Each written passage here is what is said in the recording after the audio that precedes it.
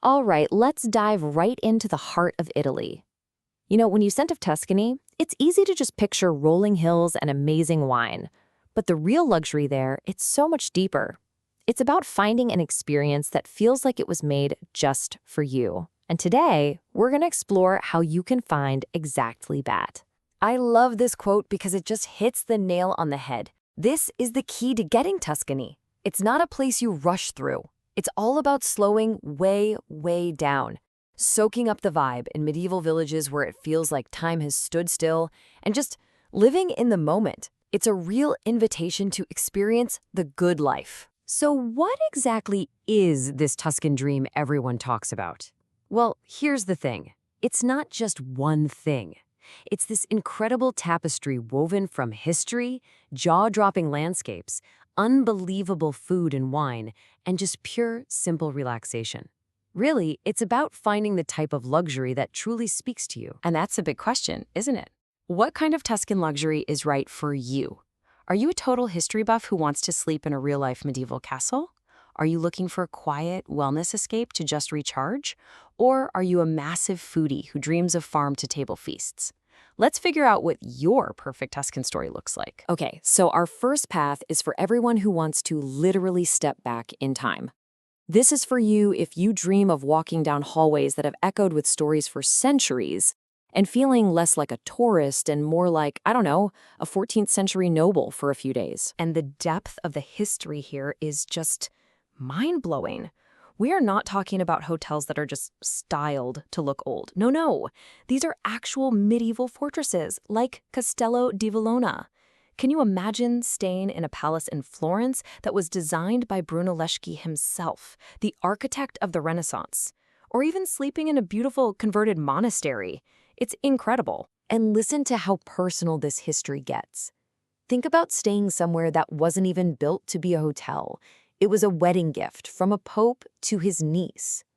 These places were built as symbols of love, and they've been home to the very people who made cities like Siena so iconic. But, okay, maybe ancient history isn't your top priority. Maybe your dream is more about finding that perfect pocket of peace and quiet. This path is for anyone who just wants to escape the noise of everyday life and get lost in nature, wellness, and some absolutely stunning scenery. In Tuscany, you kind of have two amazing flavors of seclusion. You can go for that classic dolce far niente, the sweetness of doing nothing, right on the coast, maybe lounging in a private tent at Villa Gray.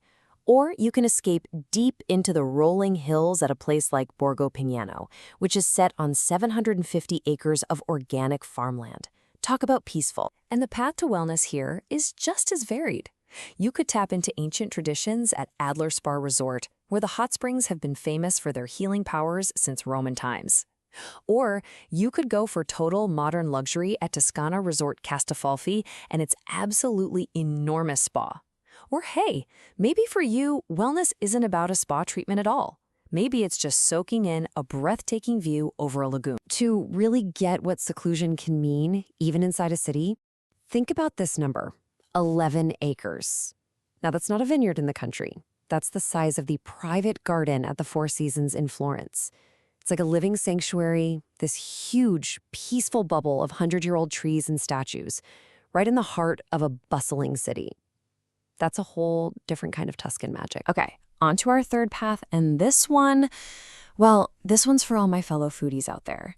This is for you if you believe a trip is defined by what's on your plate and in your glass. If you're searching for that perfect Chianti Classico and a meal you'll never forget, this is your lane. The magic word here is authenticity. It is all about the farm-to-table promise. And listen, this is not just some trendy marketing phrase in Tuscany. In a place like Monteverdi, it literally means the chef walks out the kitchen door, picks some herbs and vegetables from the garden, and brings them right back in to cook your meal. It just doesn't get any more local than that. And the whole food experience goes way beyond just the dinner table. You can build your entire trip around it. I mean, why not sign up for a cooking school? Or taste Brunello di Montalcino that's produced right on the grounds of the castle you're staying in. You can even get your hands dirty and go on a truffle hunt or help press local olives. And what's really cool is that every hotel has its own special flavor. You could be at Borgo San Felice trying to choose from a wine list with over 500 different options. Or you could check into La Bandita Townhouse for a super sleek, modern vibe that was created by a former music executive. And then there's Toscana Resort Castelfalfi, which offers a full gourmet vegan menu, a seriously rare and awesome find in this part of the world. So, as we pull all these threads together, the history, the wellness, the food, you can probably start to see how you can pick and choose. You can craft your very own perfect escape and write your own Tuscan story. Because that's what it all comes down to, right? Those specific, one-of-a-kind, magical moments. It's not just a vacation, it's an adventure. It could be floating up in a hot air balloon that takes off right from the hotel gardens. Or maybe it's kicking back for a movie night under the stars in a dome covered in vines. These are the details that make the trip uniquely yours. So, after all that, I'll ask you again, which Tuscan dream would you choose? Are you drawn to the 1,000-year-old walls of a castle, the quiet calm of a lavender field, or the rich taste of a perfect meal? The truth is, the absolute best way to appreciate Tuscany is to make it your own.